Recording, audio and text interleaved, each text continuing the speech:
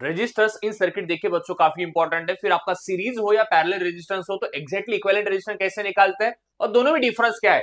तो देखिए बच्चों आपके सामने ये जो इमेज है इसमें अगर आप बहुत ध्यान से देखोगे तो देखिए आपके जितने भी सारे रेजिस्टेंस है यानी कि रेजिस्टर्स है देखिए बच्चों यहाँ पे ये सारे सीरीज में यहाँ पे अटैच्ड है।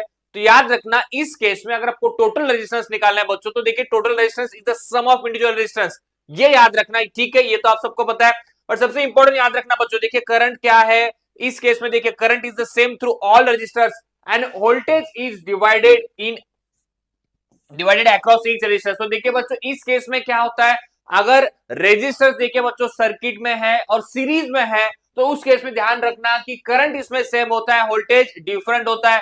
अगर हम लोग पैरेलल रेजिस्टर्स की बात करेंगे बच्चों, देखिए पैरेलल सर्किट की अगर आप बात करोगे तो देखिए पैरेलल के केस में क्या होता है, देखिए यहाँ पे करंट डिफरेंट है बच्चों, ध्यान से सुनना। और देखिए वोल्टेज यहाँ पे सेम है। और याद रखना सबसे इंपॉर्टेंट क्या होता है पैरेलल के केस में, पैरेलल में देखिए total resistance is always less than smallest individual resistance, ये भी काफी इंपॉर्टेंट है। और देखिए इसमें आप सबका बहुत बड़ा कंफ्यूजन होता है, तो याद रखना आपके एग्जाम के पॉइंट ऑफ व्यू से ये पैरेलल सर्किट तो काफी इंपॉर्टेंट है। देखिए दोनों में से एक कहां ना कहां क्वेश्चन जरूर आता है बच्चों, ठीक है। और अगर आपको इक्विवेलेंट रेजिस्टेंस निकालना है तो देखिए इक्विवेलेंट रेजिस्टेंस का जो फॉर्मूला है ये आपके सामने, ठीक है। और जो मैंने भी कहा है आपको, देखिए कि वोल्टेज सेम होता है और आपका करंट देखिए बच्चों इस केस में डिवाइडेड होता है, ठीक है।